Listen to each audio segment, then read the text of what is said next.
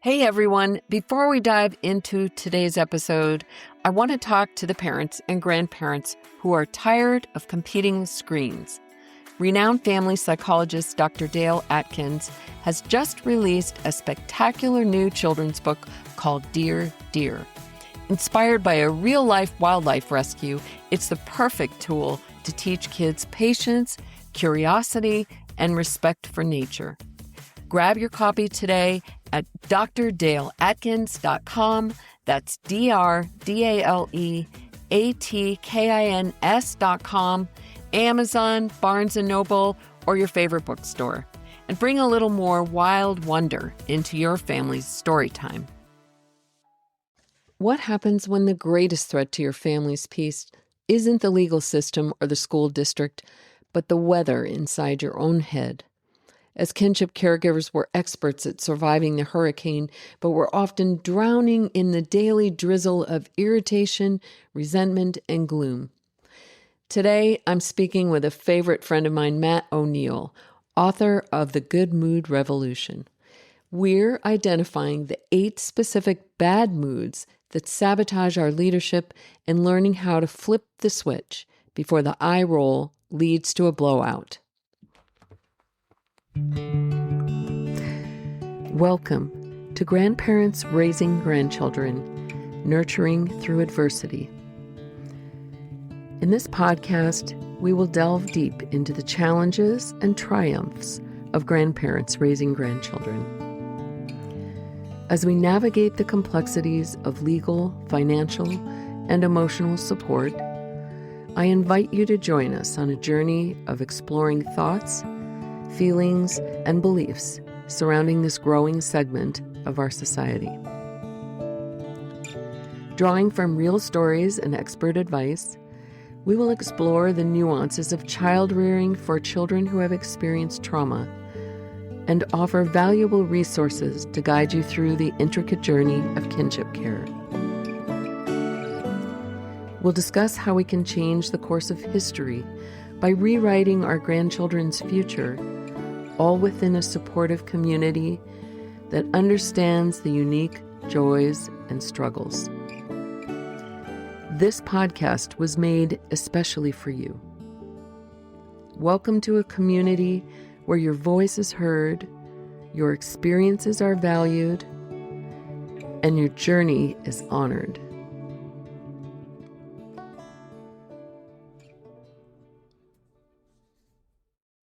I got the kids off to school the other morning and collapsed back in my chair. The coffee wasn't hot enough. The dog next door was yapping away. And this morning, my grandson had been moving at a pace that I can only describe as geologic. I wasn't just tired, I was in a mood.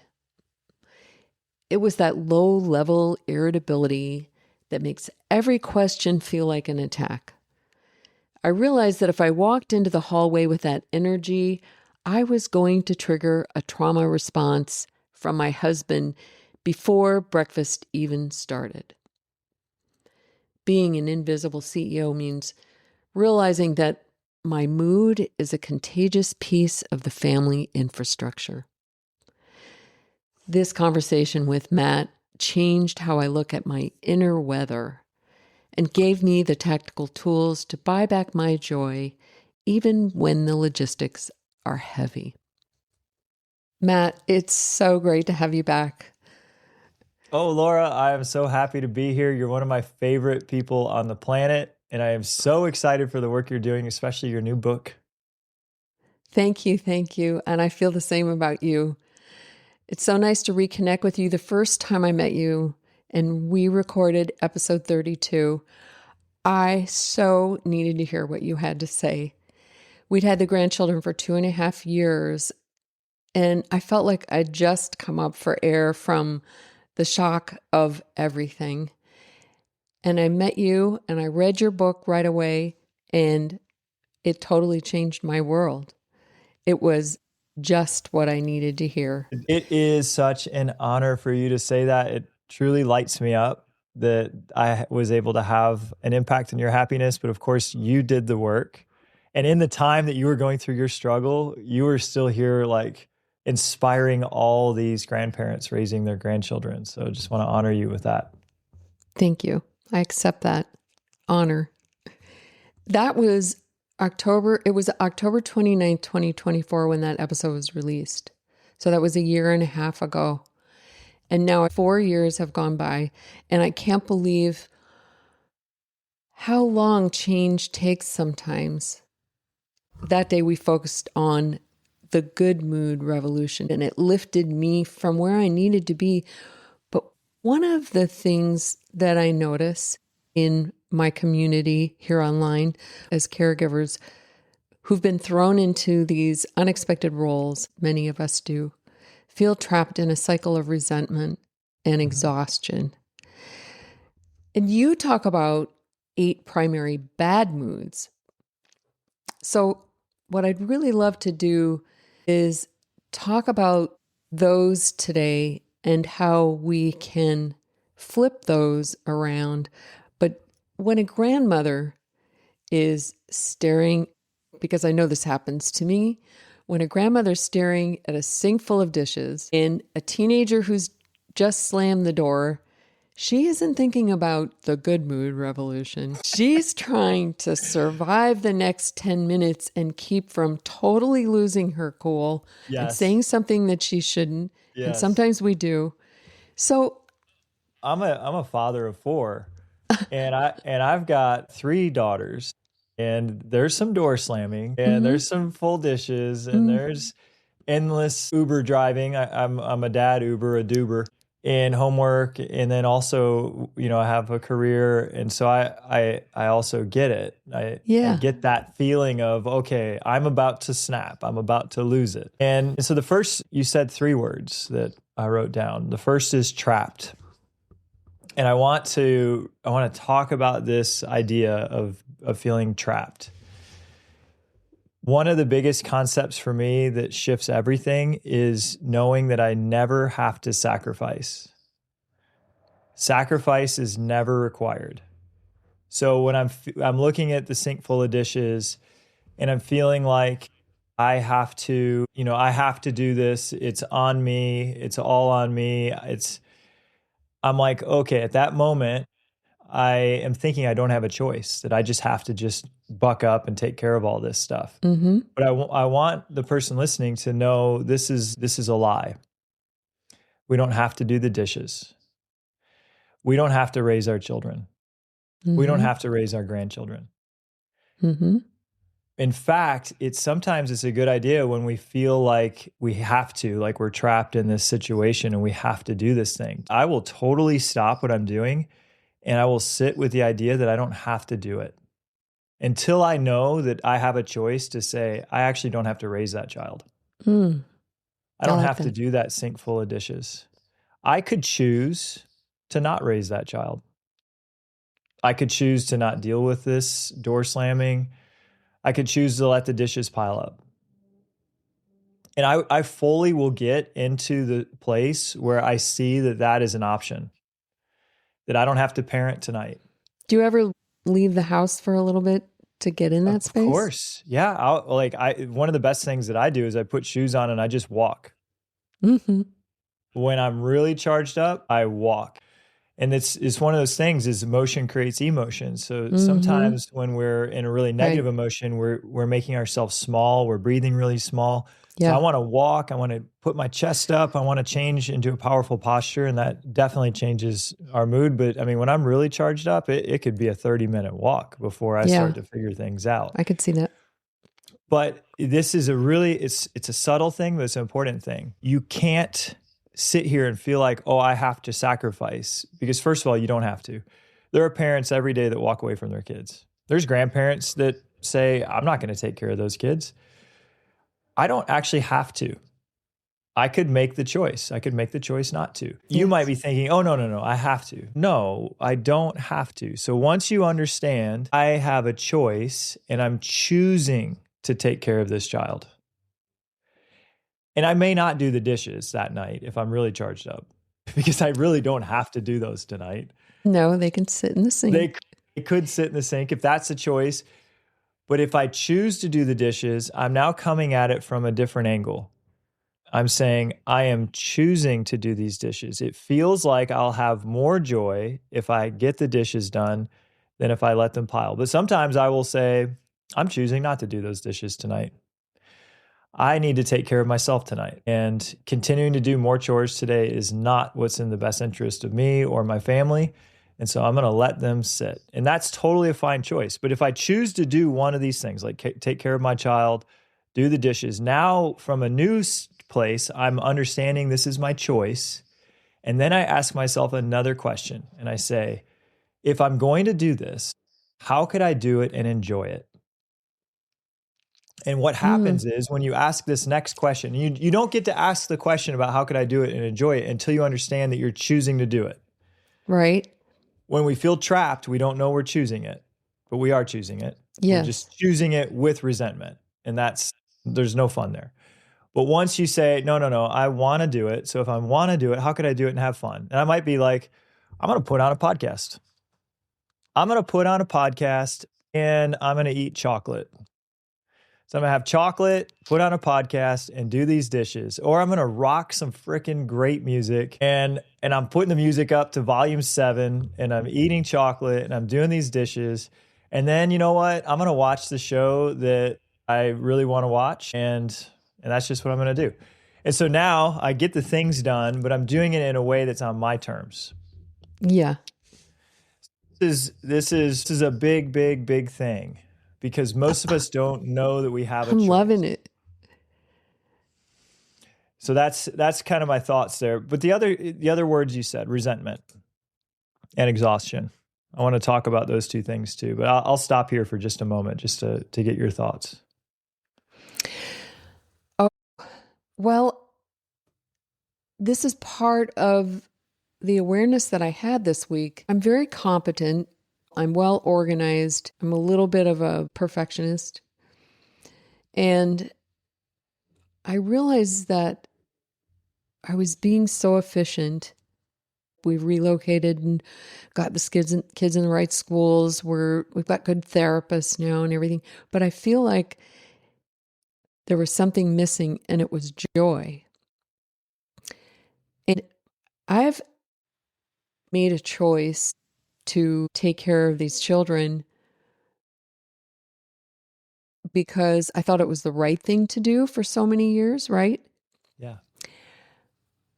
Element of joy is an important part, a really important part of life that I hadn't quite gotten to until recently.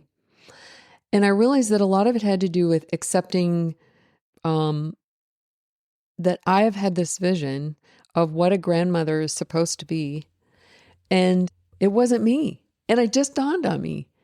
It just dawned on me after 4 years of doing this. And when I went, okay, I am the vision. I am who I am. I've handled this the way I've handled it. It hasn't been perfectly, but I don't want to do anything else. I am so clear about that. I love doing the research that I do for this podcast. I love meeting people like you and all the other wonderful people that have great information out there.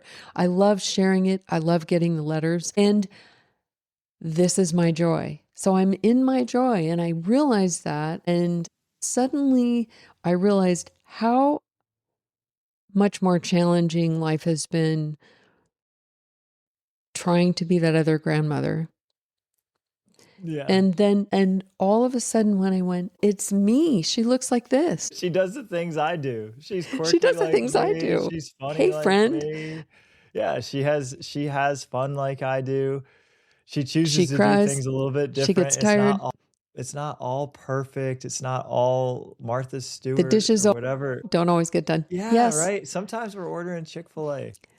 But when I was a young mother, I was easier on myself than I am now. And I thought about that, and I thought, why? Well, when I was a young mother, I was creating who I was, and I wanted to be there. And as a grandmother, for so long, I thought this was what my life was going to look like when I retired. And so that picture has been there all this time and has been there since I was in my 20s, that it's been hard to shake it off. And suddenly, last week, I realized that the woman I want to be is me.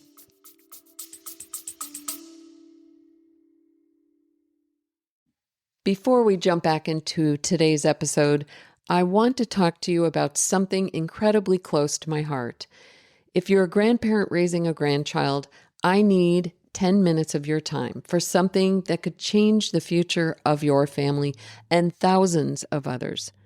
I'm personally supporting and filling out Jill Bryant's new survey, The Subjective Well-Being of Grandparents Raising Grandchildren. Jill isn't just an academic. She's spent years researching the deep complexities of counseling and the lived reality of kinship care as both a professor and a grandparent raising a grandchild. Her work focuses on the complete subjective well-being of kinship caregivers. And it's exactly what it sounds like, a practical map for moving families out of the initial trauma of unexpected custody and into a space of long-term stability and advocacy. Listeners, taking this 10-minute survey gives our advocates the timely, real-world data that they need to fight for the funding and structural support your family deserves right now. I'm doing it, and I strongly encourage you to do the same.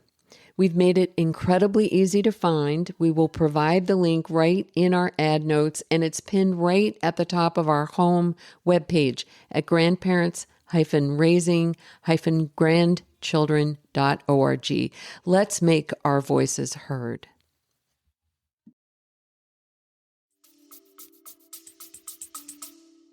Yeah, it's beautiful. It's this self-acceptance of it. I mean, I am a 68-year-old grandmother who is also a mother who is doing, in fact, the woman down the street who is a grandmother who had her child for a few days over a holiday, Marty Gras, said, I don't know how you do this, Laura, every day. And you run a podcast and you do this and you do that. And I said, and I thought about it and I go, well, I didn't know I was doing anything special. You know, I'm just doing what I do because this is what I have to do. But I realized that the energy I have and the energy that I got from finding a joyous place about this makes me feel like I'm 30 again. One of my favorite quotes is, the more energy I expend, the more energy I get. There is something about that, Matt. And you at 68 without the kids would be expending less energy, and less would be required, and you would have less. You at 68 with the children are expending more energy, more is required of you, and more is given to you. And and of course, exhaustion is one of these things that we were talking about too.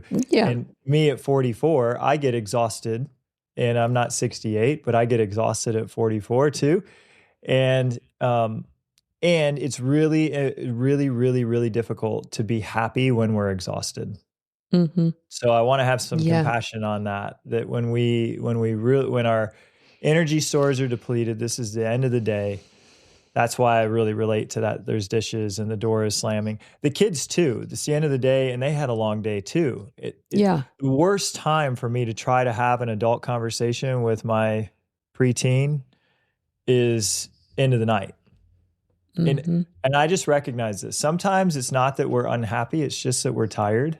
And I'll ask her to talk about it in the morning because I know that she's spiraling because she's exhausted. I know that I would spiral if I get into this conversation because I'm exhausted. Sometimes my wife will try to have the conversation. It doesn't go well and it blows up. And I'm like, And then she'll come into the room and I'm like, you tried to talk to her. And she's got that look on her face and she's like, I just thought I could say, I'm like, it's not the time. Like she's so tired. We She doesn't all have are the there, capacity right? to be joyful right now. And neither do we. So that's a really Mm-hmm. good lesson for us on exhaustion is that Mm-hmm. yes, sometimes we just need rest. And it's really difficult to solve complex problems when we're tired. So it's better to just set it aside and after we have a night's sleep, then have that conversation. The last thing that you had mentioned I want to talk about is resentment. And resentment shows up because we feel like we've been violated in some way. We feel like somebody has done something to us, that somebody's harmed us or harmed somebody that we care about. And it's just this story. It's a story that somebody has done something that has harmed us or someone we care about. And that's where the resentment comes from. Mm. Is that story true? It's only partially true. So I don't want to feel the emotion of resentment because it's not a powerful emotion. It's a weak emotion. It's one that's kind of self-indulgent. It's like if I feel resentment and because somebody's done something wrong and I've been harmed or people I love have been harmed, well then that's not fair but it's not powerful. I can't do good from that place. So it's one of the negative emotions, right? Mm-hmm. The good thing to do when we start to feel this emotion of resentment is to write down the story that we're telling ourselves.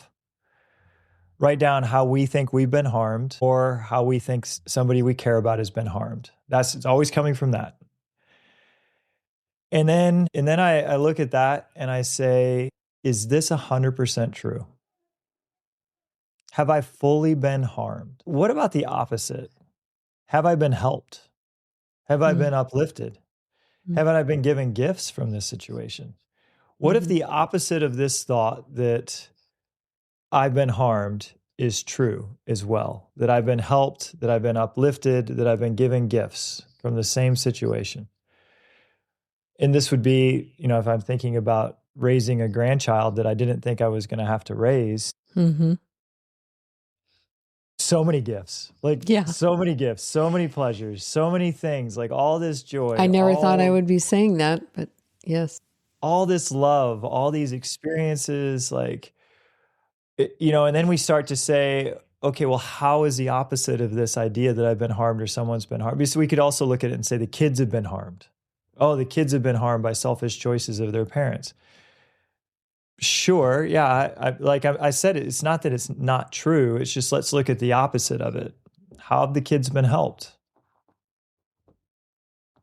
How are the kids thriving? How are they doing better? There's one storyline will make me feel resentment. One storyline will make me feel grateful.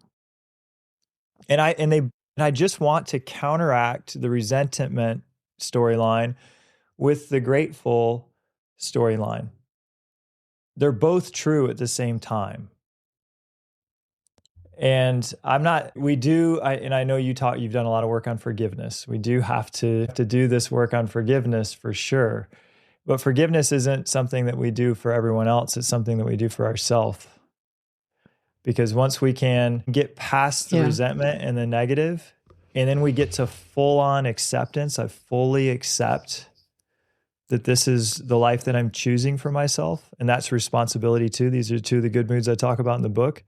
But I'm going to fully accept the circumstance, and I'm fully taking responsibility that I've chosen this responsibility to take care of these grandchildren. This is my choice. No one is forcing me to do it, and I don't have to do it, but I'm choosing to do it. Well, if I'm going to choose to do it, it's because it's a thing I want to do. This is crazy. I started to resent lifting weights, in a totally different circumstance, but I was lifting weights every day. And I started to resent it. And I noticed that I started to resent it. And I'm like, why would I resent this? And I thought, well, it's because I'm exerting all this energy and it's taking a lot of time. And then I thought, I don't have to lift these weights. Do I want to? Again, but kind of back to that same scenario. And I was like, no, I think I do want to. I'm like, okay, well, if I want to, then I need to change my storyline about this. And so I started to say, well, what else would I rather do? So now I'll be at the gym. If I start to feel like I don't want to be there, I'm like, I don't have to be here, but if I'm going to be here, is there anything else I'd rather be doing? And now I And have a how can you mantra make about it. lifting weights fun? Yeah, well, it truly is the story. It's the story behind it. And there's a lot of fun things to it. I see my friends from the neighborhood Right. and I have this connection there, right? And then I feel good about the way I look and it increases confidence, all these different things that are positive about it. But And you listen to good music? Yeah, there's great music, right? So I changed the story to there's nothing I would rather be doing. And this is what I would want a grandparent to come to this reality. We've chosen to do this, and there is nothing I would rather be doing than raising these grandchildren. Once we get to that point, and I'm not saying everyone's there, but you can get there. Once you get to that point and you realize there's nothing you would rather be doing than taking care of these babies, now we can start to find some joy. Because then we could say, well, there's nothing I'd rather be doing. How could we do it and have the best time ever? Right. I love that. Yes. Great message for everyone to hear. So is it important that we talk about what the 8 moods are? I can list them real quick. But it's really, I think it's more powerful to go into specific circumstances where we start to get triggered. And then how do we get out of the trigger and then get back to joy? Because again, we talked, anytime we're in one of these 8 negative emotions, it's just anytime we feel negative, anytime we feel down, drained, overwhelmed, anytime we're just feeling like it's too much or I don't want to be doing this, it's not good for us. It's not good for the kids. It's not good for the world. Well, so I think we know if we know there's those moments that we're parenting as our best self and we're happy and maybe we're tickling and they're laughing and they're happy. And it's like, that's good for us. It's good for them. It's good for the world. Like that's just a beautiful moment. We want to have more of those days. And I think what you fed us is a really good chunk to chew on. I want to encourage people to read your book. It will change your life. The Good Mood Revolution, which is at mattoneil.com. Yeah, Matt, it's on Amazon. And we'll provide all those links in the show notes. But I think what you just said, getting to that place where we feel like there's nothing we'd rather do, finding joy in that process, and the little exercise that you gave us about knowing that whatever you're doing is what you want to be doing, whether it's washing the dishes, taking care of the kids. If you're not able to travel the way you used to, like we are not, I tell my husband I still think it's only temporary. The kids get to a certain point, we may choose to travel again. We may not. We took our 3-year-old son to Spain and we forgot the stroller and he doesn't like to walk. So you carried. I carried him with the other. So we have 4 kids in Spain for a week and people are like, couldn't you just buy another stroller? We could, but I was a little stubborn about it. So I just carried him everywhere. Good for you. And then we took him to Greece and he was still 3. We took him to Greece for a wedding in August. So 4 kids traveling really, really far. It is possible. You can definitely travel with children. Well, I know there are people out there right now that are listening and saying, well, I don't have the money to travel anymore because I'm raising these grandchildren. It's costing me money. Right. Well, that's another one of those questions that you have to ask yourself. And we won't get into that today. But if we approach it. I want to address it. Okay. I do. Everything's choices. And we're spending money on a lot of things. There's a lot of things we spend money on. But one of the best, it's proven, one of the happiest things we can spend money on is experiences. I would rather sacrifice on things. I'd rather sacrifice on possessions, clothes, cars, things, gifts. And I have friends that will say, we're not doing Christmas gifts, we're doing a trip. And they talk with their kids about it. And of course they'll get a very, very tiny thing, but they're choosing to have this experience. And the kids get on board with this, with the idea that we will actually have more fun with the experience than we will with that toy that we're not going to play with a couple months from now. Right. So That's true. I think travel is one of the most, and it gets us out of this. People waste money on a lot of stuff. We're all wasting money. How many TV subscriptions do we have? How many, like if we look at the recurring payments, how many app subscriptions do we have? Like we're spending money on a bunch of things, but if we're getting in a rut, we need to get out of this environment that the rut is in and go see something new. Like literally going to a new place expands our horizons. It expands the kids' horizons. We make memories that then we get to laugh about and talk about. It's just so joyful. Yeah. So maybe it's not going to Greece because the plane tickets are expensive, or Spain. But I mean, the plane tickets weren't crazy. Like we rented an Airbnb in Spain the week between Christmas and New Year, and it was like $350 a night. Yeah. And of course, everyone was piling into 3 bedrooms and there's 6 of us. Right. But it was great. It didn't matter about the room. It didn't matter how nice it was. My husband and I, when we were traveling before we got the kids, now I know Airbnb prices have gone up since then, but we traveled in countries that were inexpensive. We made that choice because we didn't have the money to travel more expensively. We found that traveling overseas in inexpensive countries was less expensive than living in the United States. So if you think about it, you could rent out your house. You could Airbnb your house. It could cover the whole trip. That's right. So these are just victim excuses. Choices. Yeah, Right. they're victim thoughts. I can't travel any. That's the resentment of my situation. No, You can give up not, drinking beer. Right. I'm choosing not to wine, travel, and I'm or choosing smoking to have, cigarettes. to have these other things that I'm prioritizing over travel. Just admit it. I'm choosing not to travel. Right. And then but if I choose to travel, how could I do it? How could I do it and have fun with it? How could I do it and zero cost it? Like you said, like let's Airbnb out our house. Yeah, we found like the plane tickets were kind of expensive. I think they were like $600 or $700 a piece, and there's 6 of us. So that was the big chunk.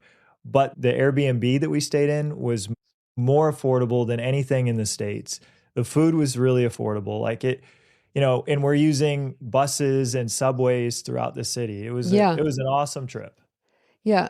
Yeah. Thank you I'm glad we spoke about that, because I do think the whole money thing is another headspace that we get into, an excuse that we make for not having and doing the things that we really want to do. So thanks for discussing that. Well, is there anything else you want to share before I ask you a few questions?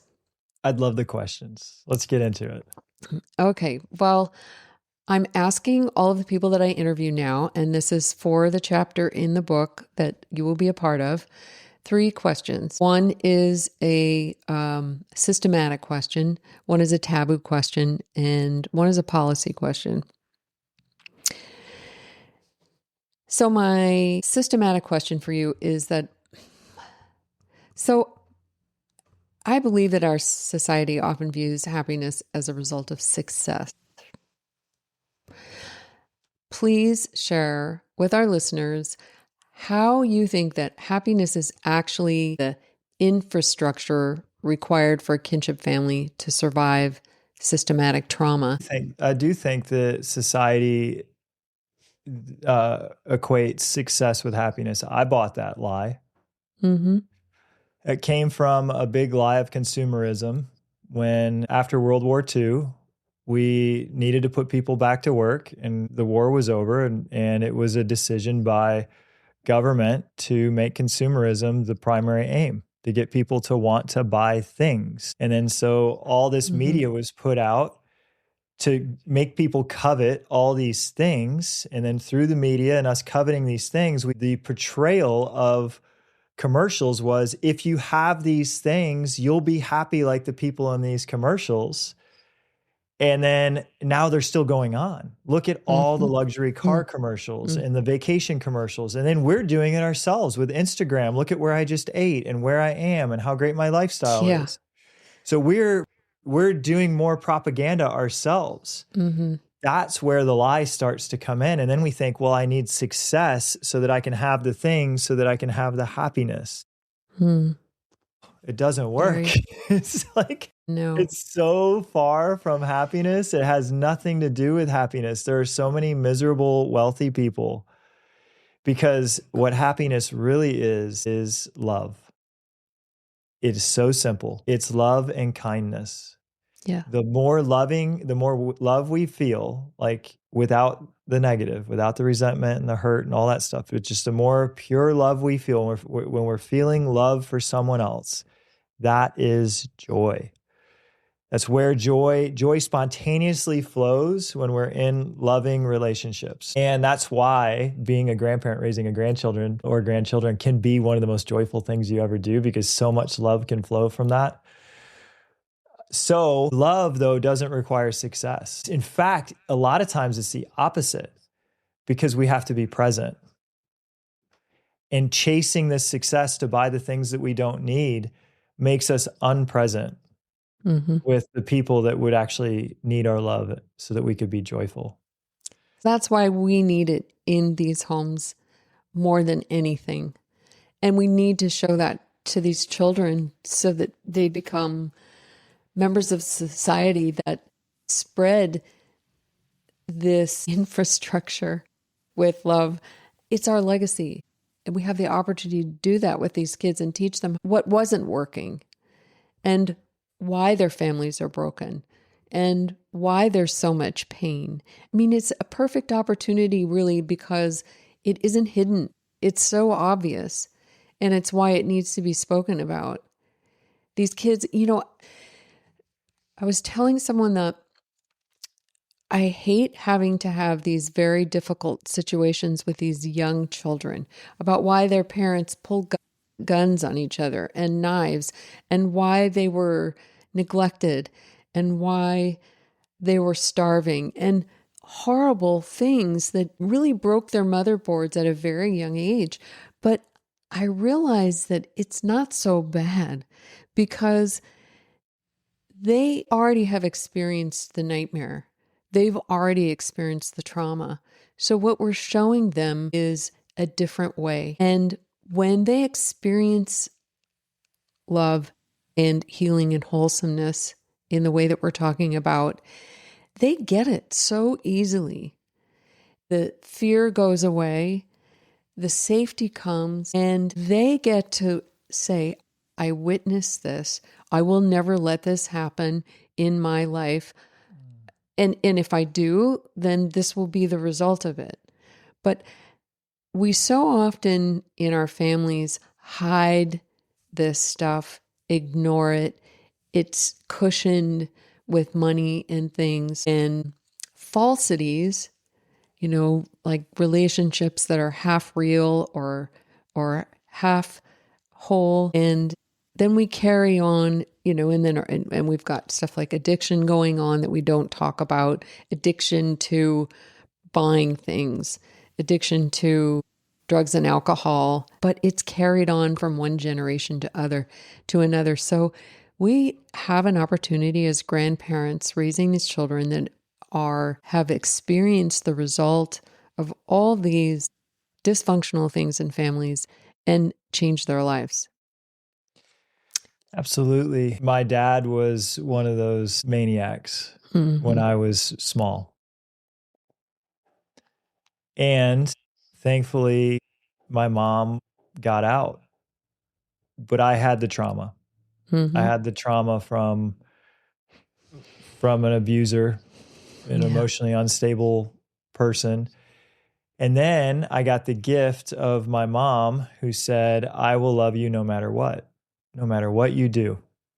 I will always love you. Like just this pure, unconditional.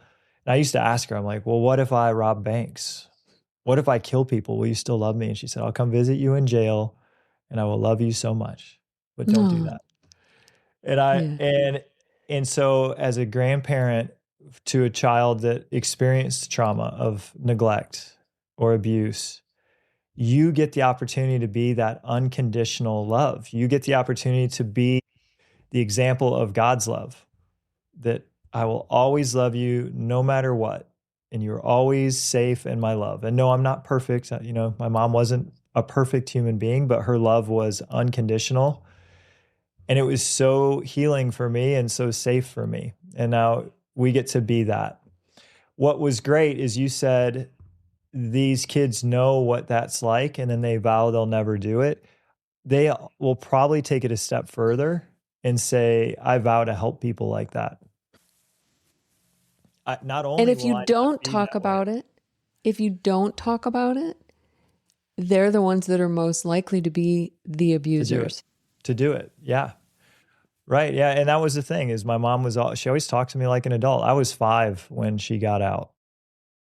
But you know, I was an old 5 Yeah. because Yeah. I know. at that point, you know, now she's a single mom of 4. There's 4 of us. Mhm. And it was super hard. She'd cry in her closet every day. Yeah.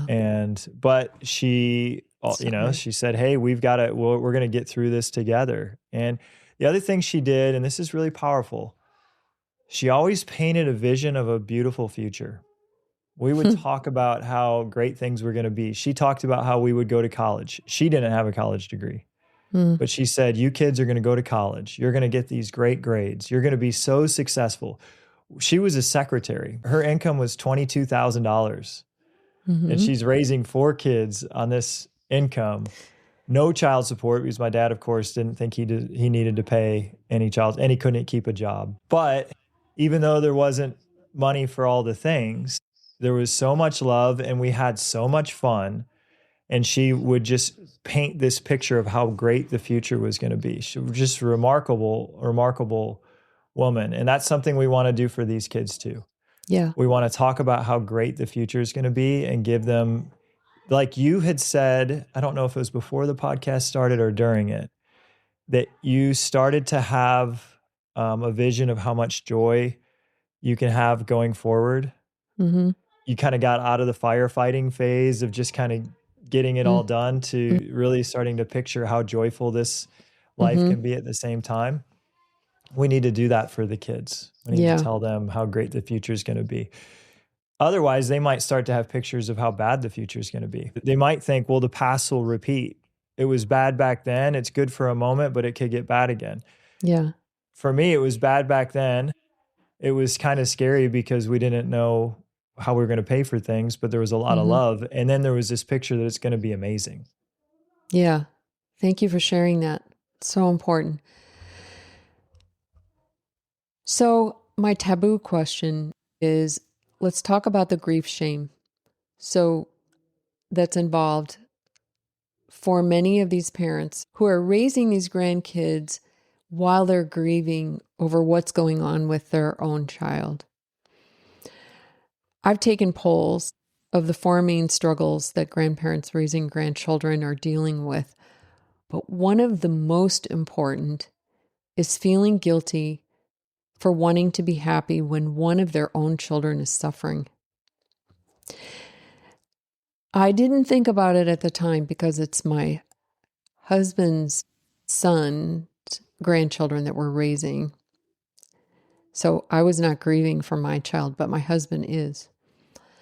And so many people are, whether or not it's addiction or incarceration or even death in many cases. How do we give ourselves permission, do you think, to choose a good mood when we're under this heavy weight?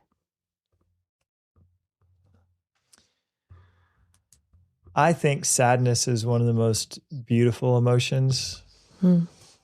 and grief is a beautiful emotion. It shows us how much we love. So, love and grief are 2 sides of the same coin, and we can't have one without the other. True. So, grieving is important. it's important to do. And we can have sadness and joy at the same time. They do coexist and they can be simultaneous. But sadness comes because something's changed and we wished it hadn't. So I don't know that I would stop grieving a child that made poor choices and maybe was no longer here, or was here but was in and out of addiction. Mm-hmm. I would always be thinking about them and grieving over that situation. But then I'd look at the kids and I'd say, we're going to have a lot of fun today. Yeah. Let's be joyful with these kids today. Yeah. Well, the one thing we can't do, though, is wish it were different. That's resisting reality. I can grieve over someone that I love that I've lost or that's going through a challenging time and love them. But if we resist what's actually happening and wishing that it hadn't happened, all we're doing is just creating a ton of suffering for ourselves. So until we get to just full acceptance, this has happened and I'm choosing to take my part in it, to be the responsible person I can be, and I'm not going to worry about it. Sometimes I think, though, as a parent, we would think maybe I could have done a better job. Mm. Yes. Maybe I could have done something different. That's just not true. It's not true. And I want to get this point across very strongly. You did your very best. If you could have done any bit better, you would have. Every single moment as a parent, we're doing the very best we can. We're doing the best with what we know, with the tools that we're equipped with. We're giving our best.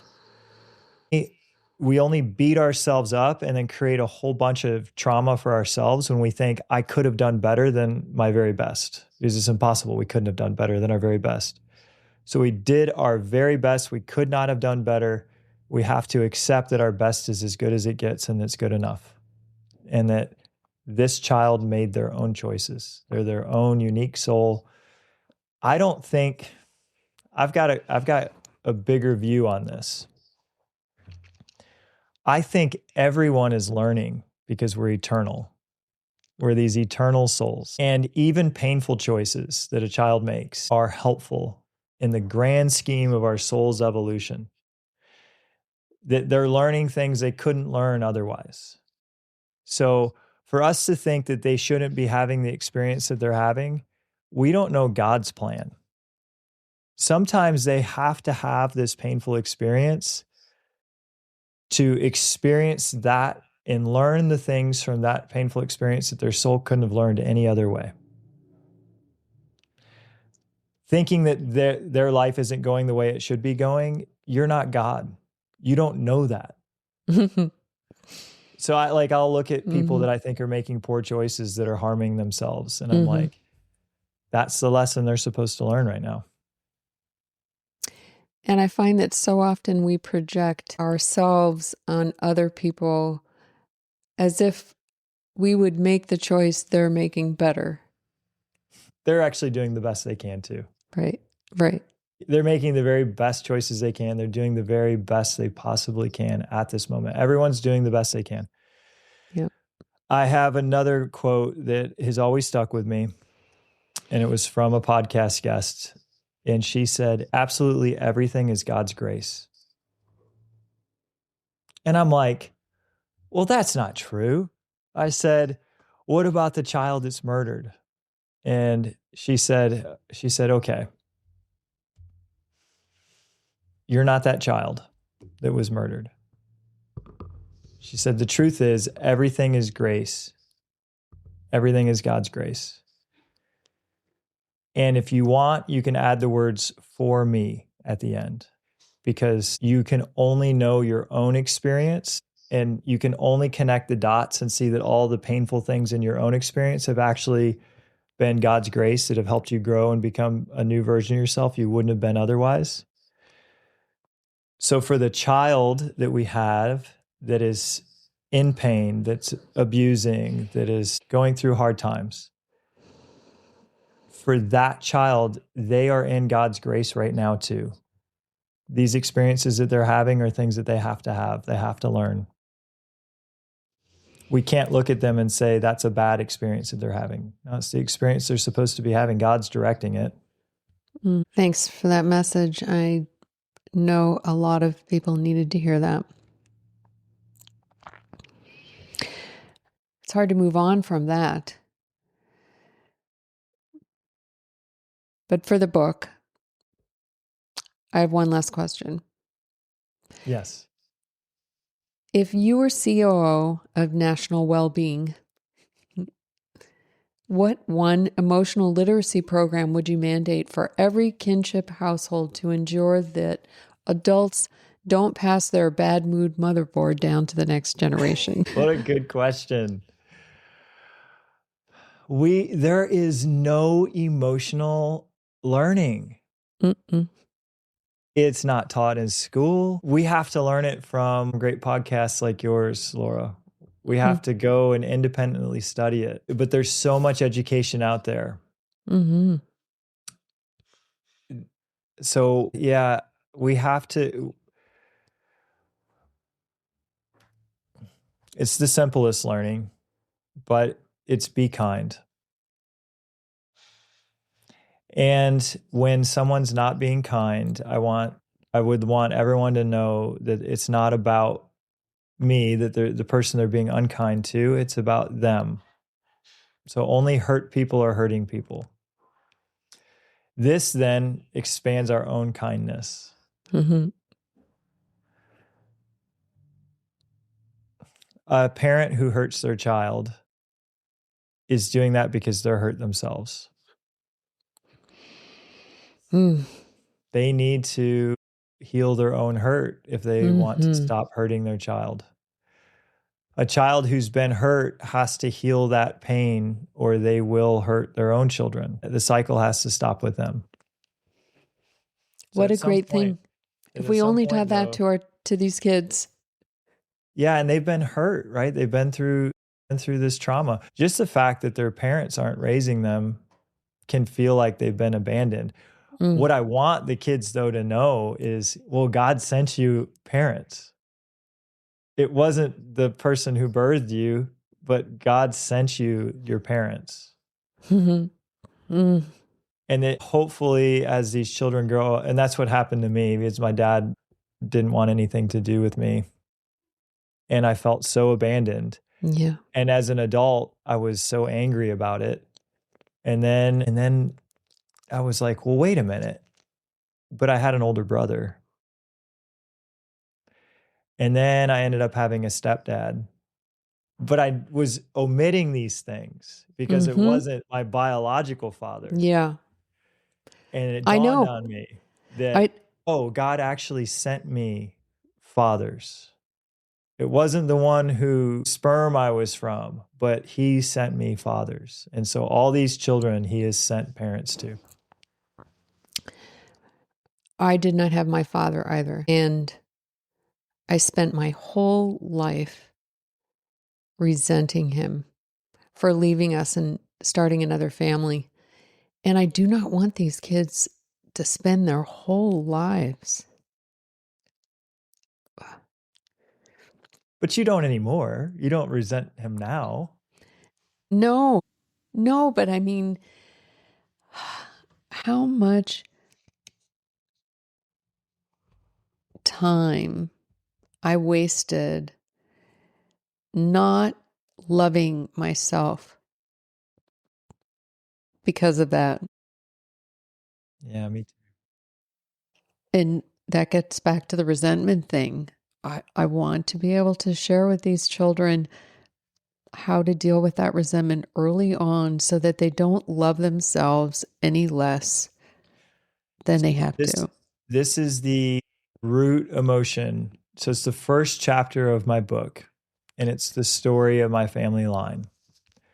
My grandmother's father died from tuberculosis when she was 1. And my grandmother's mom gave her to her parents to raise. So my grandmother was a grandchild raised by grandparents. And she watched her mom raise 6 other kids and not her with her new family. And then the emotion of shame developed in her. As a child, we have to make up a story about what happened. But children are very self-focused. They're not worldview focused because their brains they're not fully developed. They can't fully see the real picture. The real picture was it was the early 1900s. Women couldn't just go get jobs and they could, but it wasn't a thing, right? So her mom made the best decision that she could, which was to ask her parents to raise this child so that she could meet a new husband. And that way her child was taken care of and she was taken care of. That was the best decision that her mom could make. But as a child, my grandmother looked at the situation and said, obviously, I'm unlovable. Yeah. She loves those other children because they're lovable, but there's something wrong with me. And that was a lie inside of her. It was just a story. It was an innocent story that a child made up that she was unlovable. It wasn't the truth. It was just a story. She never healed that story. Then she passed that story on to my dad. Yeah. And my dad thought he was unlovable. Oh. And then my dad passed the story down to me and I thought I was unlovable. Yeah. And then I broke it. And that's what we need to do. Yes, that's my whole goal in life. It's all that matters to me. There's nothing I'd rather be doing than changing that story. Yeah, these kids are so lovable. We love them so much. And we just need them to, so that is probably the most important thing we could be doing for the grandkids that are being raised by the listener. Make sure they know they are lovable exactly as they are. This is their parents' choices are nothing about them. And they just have to know they are completely loved and lovable and there's nothing wrong with them. And stop passing that story down in the next generation. If we don't heal that one thought though, that, well, sure, my grandparents are raising me, but I'm flawed because my own mom isn't raising me. Right. If we don't heal that flawed thought, it will get passed down. We have to heal that flawed thought. We have to find it. The first chapter of my book, I have an exercise called Exposing the Lies. And you can download that exercise for free at my website. It's called Exposing the Lies. And it's on mattoneil.com. And it's a really simple exercise. I'll explain it. The first thing you do is you write down all the lies that you believe about yourself that make you feel bad. For me, it was, I deserve to be abandoned. I deserve to be abused. I'm unlovable. I deserve punishment. There's something wrong with me. These were true thoughts in my subconscious when I did this exercise. And I put them all on this paper. Now, of course, I have other thoughts, but those were just like when I'm feeling my worst. These were the thoughts that my childhood brain put in there in my subconscious from the experience that I had growing up. Mm-hmm. And then next to each one, I wrote the truth. So the left side is the lie, I'm unlovable. The right side is the truth. I'm going to have these kids do that exercise. Do it.